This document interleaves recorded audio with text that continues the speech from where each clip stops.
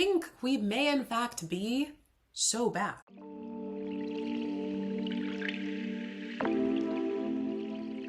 Last night I won The Mystery of the Seven Keys, Nancy Drew number 34. And so I figured while it's on everybody's mind, I would pop on here and talk about my thoughts on this game, which I think in a lot of ways was a return to form for the Nancy Drew series, but also brought in some interesting new elements, I think varying degrees of success. I will do like a spoiler-free part of the review, and then later on I will talk about a couple of little spoilerinos that I think are relevant to my general impression of the game. I've never actually reviewed a video game before, so I'm gonna try and dig up some criteria and like, please don't gamergate me. Thank you so much. I love you. I guess I'll start out by talking about the story of this game. You have been called to Prague to investigate a jewel heist. A woman has had a family heirloom that had its jewels replaced somewhere in the process of her trying to sell the item. And so you are investigating that, and then you kind of get sucked into a historical mystery and a bigger plot having to do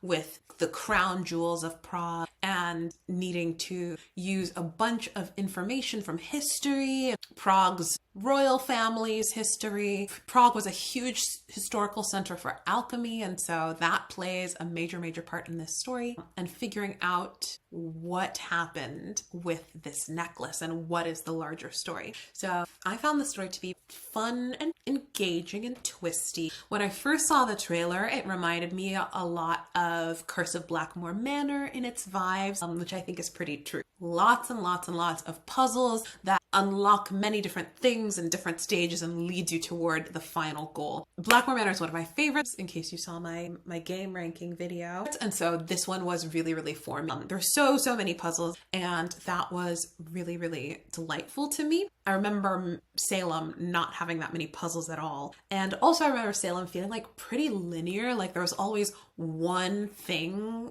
to do at any given time to progress the story, which was occasionally a problem in some of the older games, but this one felt pretty open-ended in the sense there were different things that you could do at different times to advance the plot, and only sometimes did I well and truly need to look at a game guide stuck. I played on Master Detective because I'm a big kid and I think that I would have benefited from a task list. It's definitely a game where you can get really stuck without a task list or without a clue of what to do next. And your phone friends don't really help you either. So that was kind of challenging because I'm like, wait, who am I supposed to talk to about this? Like, this seems like something that I would tell person X, but apparently I was supposed to talk to person Y. I did end up consulting the game guide a lot, not to solve the puzzles, by the way, just to like find the puzzles, unlock the puzzles. If the instructions of the puzzle weren't super clear, then I would check the game guide and then quickly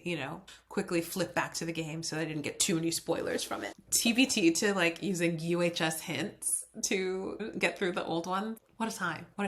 The last couple of original games, like the late 20s, early 30s games, started to give senior detectives or master detectives a abbreviated to-do list, which I think was good and smart, just because, again, the way these games are structured, like, it can be really frustrating to talk to everyone, look everywhere, and call everybody all the time. And I think part of that is related to the design visually of the game, which I will get to, but for the most part. And once you hit your stride, once you hit a set of puzzles that all connect to each other, once you find a certain object that will frequently tell you what to do. Yeah, I still think that senior detectives deserve a little bit of to-do list as a treat. Something else that I did find a little bit frustrating, which I'll go into more detail in the spoilery section, is that there were certain moments where I figured things out before the game wanted me to, or moments when in real life you could brute force something, but the game was like, no, you need to make sure to look at this exact thing before you can move forward. And so I'm kind of torn on my feelings about that, because on the one hand,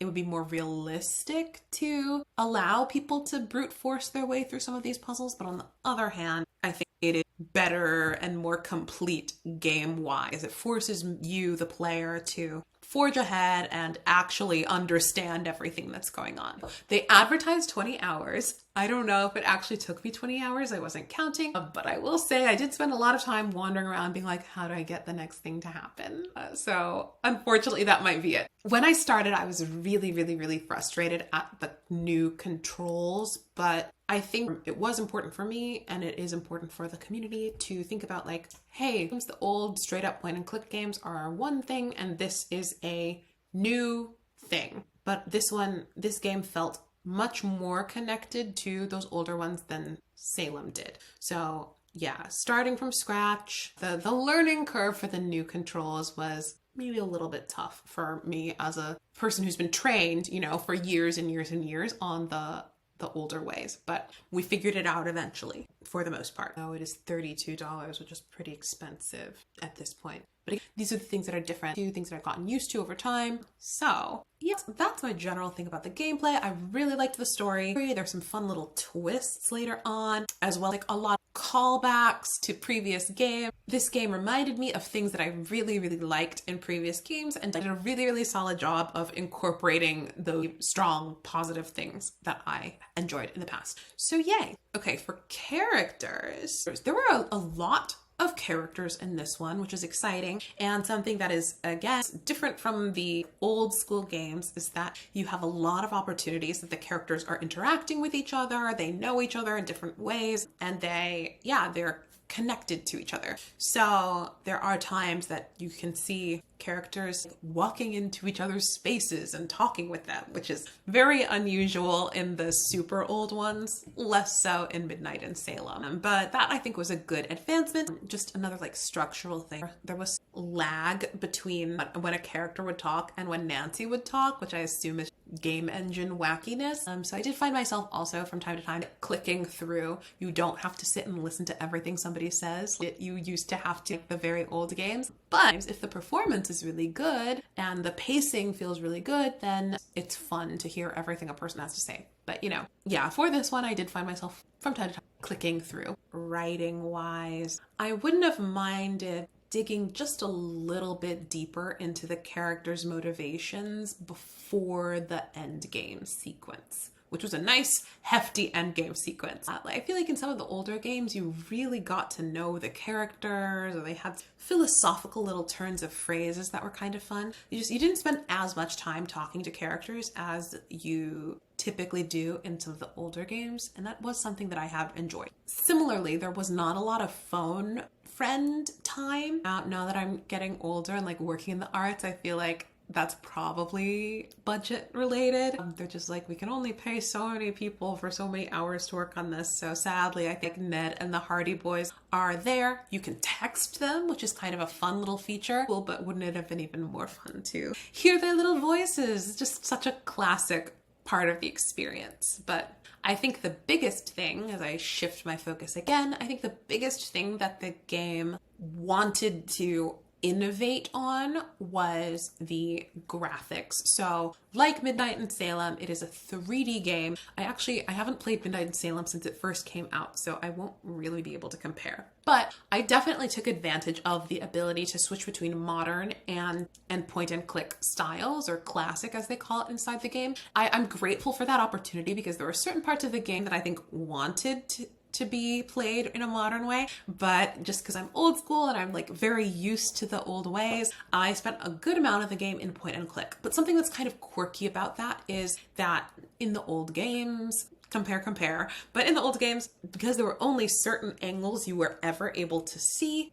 you felt like every frame or every screen had a purpose. But in this, there are just so many places to go that you could wander off into a corner. Like, looks really beautiful, but there's truly nothing for you to do there. Like, I think the way that the point and click feature worked, or the way that it felt to me, was that it was kind of like a big grid and there wasn't any actual logic to where you would stand next in the point and click motion. So I'm glad that I had the option to choose between, and eventually I kind of figured out the flow of the point and click. I'll also say I never quite got the hang of using the inventory in the modern WASDA control style, because there were times that I wanted to like not just use a book from inventory, but like look at the book and read the book from my inventory. And I couldn't quite figure that out at some key moments in the story, so I had to like switch back.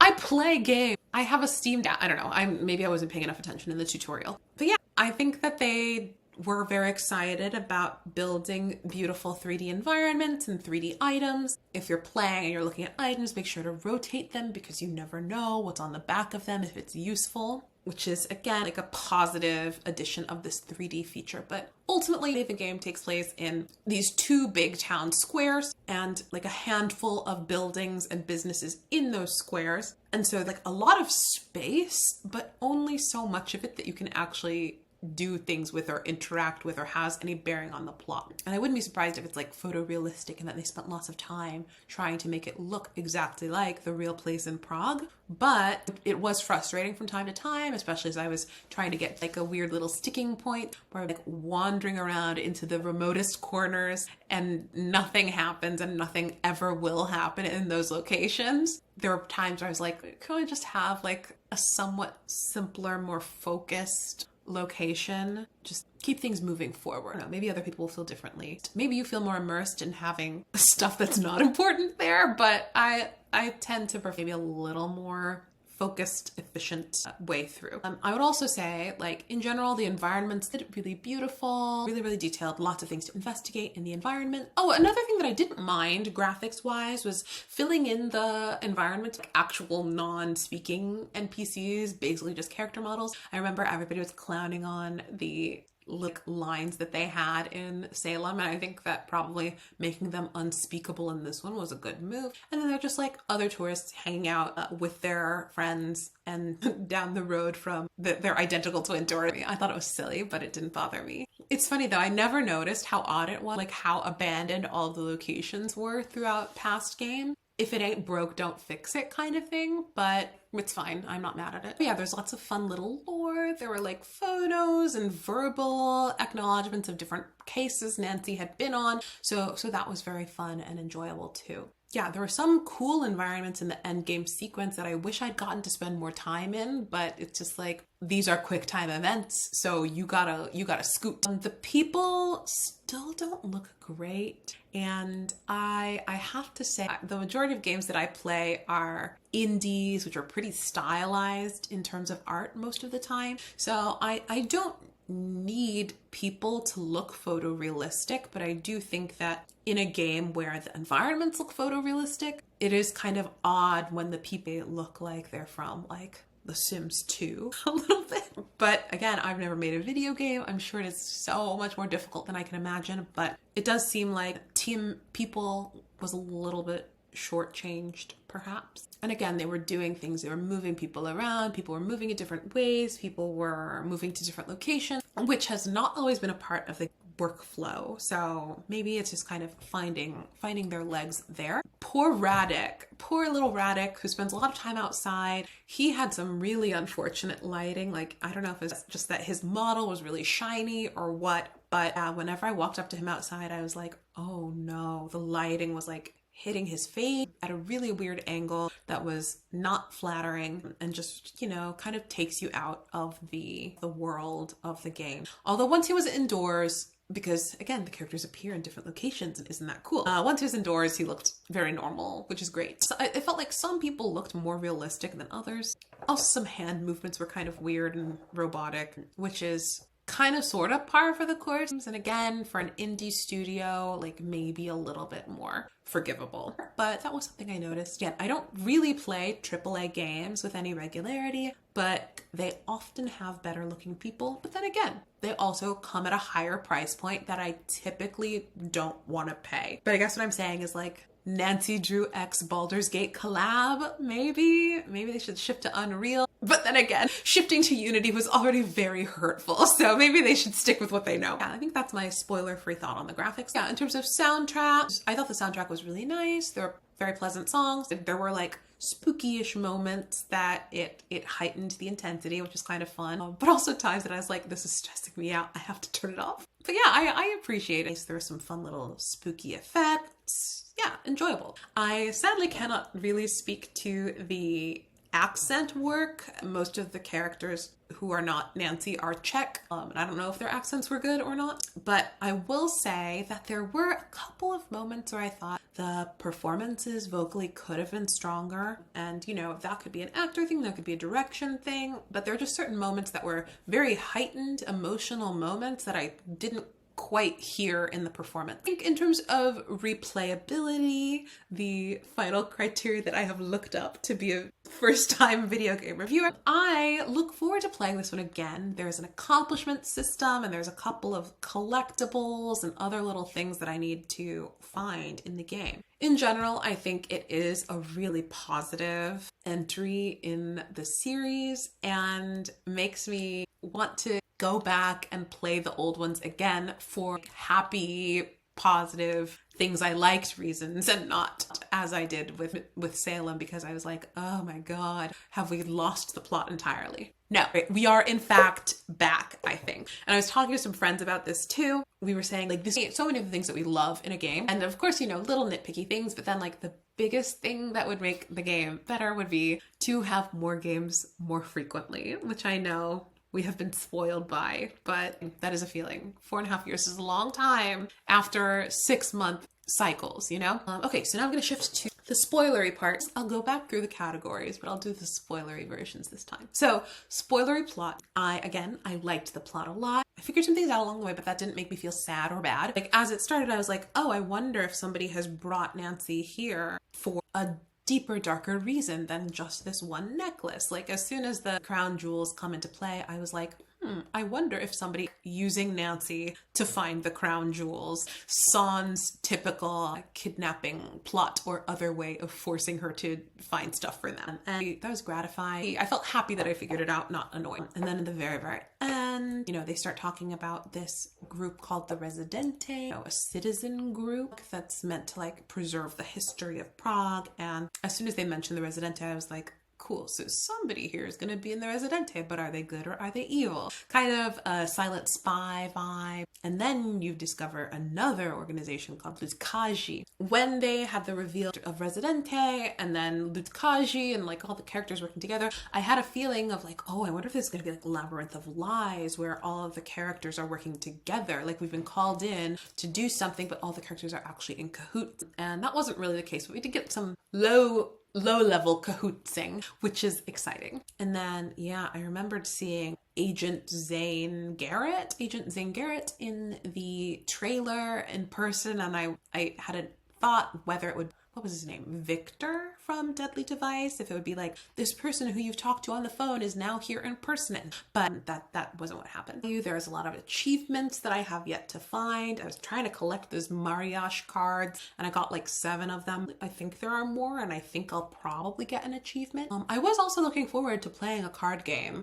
I don't think maybe there was an opportunity to do that. I don't know, but I did not get to play a card game as I ended this one. If you got to play a card game, let me know, because I was hoping it'd be kind of like Scopa. I love Scopa. Another thing that I liked with this game that I'm going to keep in the spoiler zone is secrets. Once you hit your stride, you figure out that there's something going on that's bigger than just the switched out necklace jewels that you were brought there to find. And then you discover maybe the jewels and the necklace were a test drive for swapping out the crown jewels, which are about to be put on display. And they also mention throughout the game, if you read the newspaper, there's lots and lots of incidents of jewel thievery in Prague throughout history, which gets explained in the very end of the game. You figure it out. But yeah, like once you understand, oh, we'll have to solve these alchemy clues, I appreciated that the plot made the puzzles and clues that you find made sense. Sometimes in the past, there are things that definitely didn't need to be a puzzle that got turned into a puzzle because it's a mystery game. But this one was strong in terms of, you know, we're trying to protect the crown jewels. We're trying to protect the alchemy lab. So that's why there are tons and tons of puzzles so that only the sneakiest sleuths can find it or whatever. And that was fun for me. And all the puzzles themselves were really fun and engaging and made me feel pretty smart. Ooh, and it did end on a cliffhanger. They did not announce a new game, so that's obviously a bummer, but they did indicate one of the culprits escaped. They thought they had whatever, like neutralized her, but then it sounds like she escaped after all. Vladena, and she was not a nice lady, by the way. She was very mean. And she might still be out there. So it'd be kind of fun to have like a big bad, or like if Vladena and Dwayne Powers get together to create chaos. That would be wild. And I alluded to a moment where I couldn't move forward even though I figured it out myself. And that happened 2 main times. The first time was with the artifact in the museum, crystal artifact, where I found 3 of the 4 symbols that I needed to open the artifact out in the world. And in real life, I could just try out options for the 4th symbol until I am able to, open it. But the game was like, no, you have to find the item, which in this case was the puppet behind the stage with the R on its foot and the symbol. But something that was good there was that Nancy verbally said, I need more information to do this. And I wish that had happened a couple of other times, or it would have saved me some time if Nancy had said something like, I need more information for this, or like, I should see if I have something that would help with this. Maybe I'm wishing for just a little bit more direction in this, but again, I recognize that that's just kind of like the nature of the beast. And then the second time that was kind of frustrating was with the riddles in the alchemist's journal. I solved those riddles all by myself. I did not need Patruzia's help, but the game would not let me advance until I asked her about them. Like, it would have been nice if the game has made it more obvious that I had to ask her, because I spent a lot of time looking at clock, looking at candles. Like, I was like, it's a clock, it's a night, and the candles. And the game was like, you don't get to touch the candles until you talk to Patricia. It made the most sense for the clock because she like owned the clock. But yeah, I did like the clock puzzle. It was kind of elaborate, but I like elaborate. The flip side of me feeling like I got ahead of the game in some ways is that there were other times that I felt like the game made conclusions that I hadn't yet gotten to, and it didn't really take me along for them. It just told me. So for example, midway through the game, somewhere in the middle, Nancy decides that Adela is no longer a suspect. And I think it's because she is so supportive of Nancy pursuing the crown jewels or something. Nancy has a text conversation with Ned about it, but maybe if they had spoken with their voices, I might have gathered it a little bit better. But as a text, I was still a little bit lost.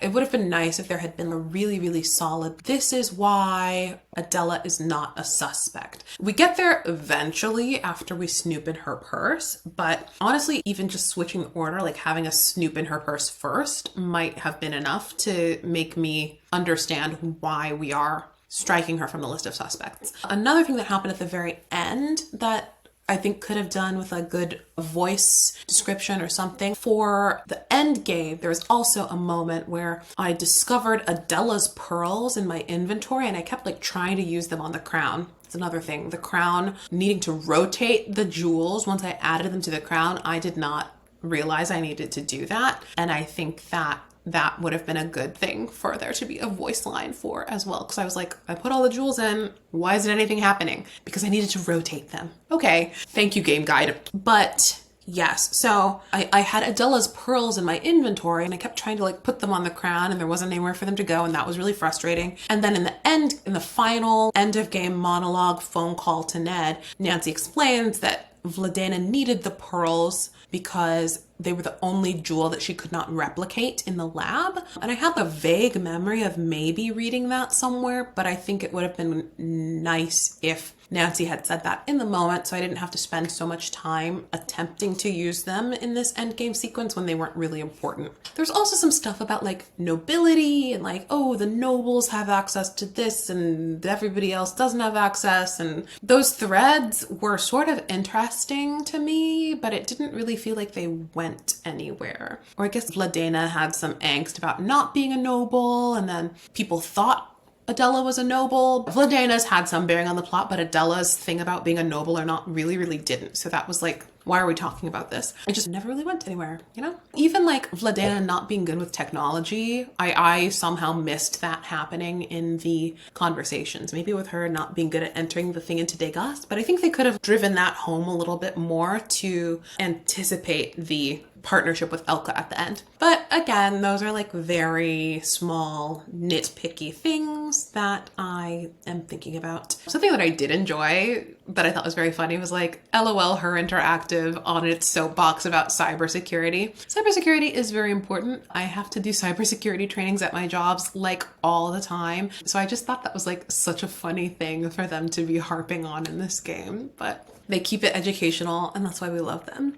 Another thing that was frustrating, but I understand, is just like kind of the nature of the game. I got lost in those tunnels underground quite a bit. I got lost. I didn't know what I was doing. Like, I didn't want to use the guide, but I was just like, I don't know where I'm going. I'm so lost. And if it was time limited, getting chased by the night, I was like, I give up. Yeah, something I thought was just kind of silly about the game was like once you revealed that Radek and Marek were working together as part of Residente, they did kind of gloss over like the actual making of the keys. Like, how would they have done that fast? Like, in what world? They didn't really indicate the time had passed, but that was a moment that I had to be like, okay, video game logic, okay. Another moment of video game logic as you're running through the tunnels getting chased by the knight. They did explain what the knight was, which was Radek in disguise, Slay, but they didn't really explain why it was game over, which I guess would have been like self-spoiling, but whatever. I'm just saying. Also, like, why was it covered in fog?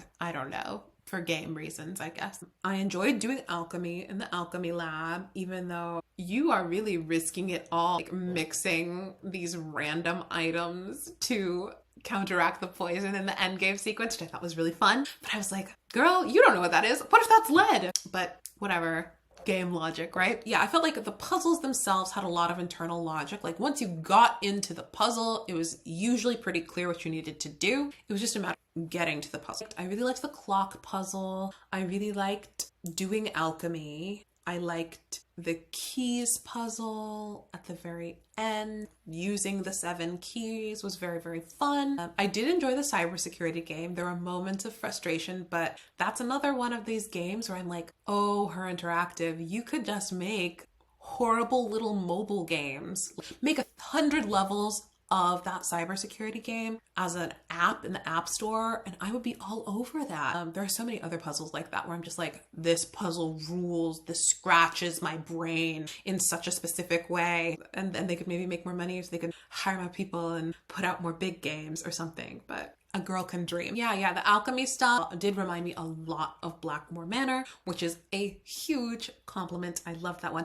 And I did also really appreciate how the end game, and it wasn't one event and then you're done. You had like many, many things to do to escape. And yeah, it opened exciting new locations for you. And then you have cool puzzles to do to get to the next step and the next step and the next step. The God, opening the safe in the jewels shop, that was, I confess, that was a time where I was in that game guide. I tried so many things, but ultimately the game guide had to come through for that, because I was like, wait, I have to like move the legs of the little tool and then like also rotate it. I did so much different math for it too. That was a lot for me. It was a good puzzle, but that would have been a great time for Nancy to be like, I think I need to move these legs, or like, I wonder if there's another piece to this. Like, that would have been the kind of things inside the game that would have helped. And maybe that would have happened on Junior Detective. I actually don't know. I will probably at some point go back and play on Junior Detective and see if it's any easier, but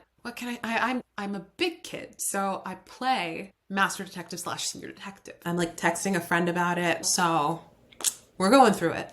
Oh boy. There was a coffee making mini game, but the latte art, ooh boy, the latte art was not good for me. I liked everything else about the coffee, but I had a very difficult time with the latte art the one time I did it, and then I was like, never again. Never ever again. And it wouldn't let me quit. It wouldn't let me just do like a normal non-art latte. So I was like, I'm not doing this again. Unfortunately, the game didn't make me. I made coffee like the first time I needed to, and never again. There's no money in this game. I've enjoyed earning money in the games before, but I'm not mad that it was optional, because Lord knows those latte art, they would have killed me. Try to draw on my little trackpad on my laptop is not the vibe. So my overall final thoughts are, I thought that it was so over, but we are in fact very much back. I think I do need to go back and replay some of the old ones and see like if some of the gripes that I have with this one are just things that feel instinctual in the older ones because I've played them many, many, many times over the years at this point. But this is definitely a replay value. Okay, this one was much more fun and engaging than Salem. Loved the puzzles. There were so many. They were really good, well structured, fun, interesting puzzles. And yeah, I'm so excited for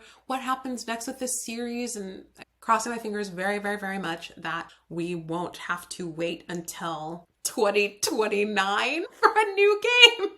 Oh my God. Wouldn't that be wild? Oh boy. In the meanwhile, I will be replaying the old ones as I relive fond memory. My wish for the future game is that it comes out sooner and that maybe we finally get to be with Ned in person and work together, because they hinted at their relationship in really positive ways this game. I'm a Ned stan, so I would love to solve a mystery with our boy Ned one of these days. Yeah, I think that's all I got. Let me know what you thought of this game. And check out my ranking of the old ones. I think I would put this one in a solid, iconic, maybe even a play it now, if only because I do think it deserves your time and energy. I would say a really, really strong entry for a Nancy Drew enjoyer, or for a person who wants to see what it's all about. And you can call me for hints. And yeah, I don't know, maybe one of these days I'll like stream one of these games because I do love them a lot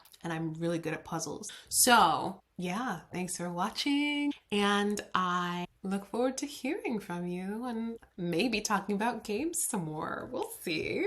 Okay, bye.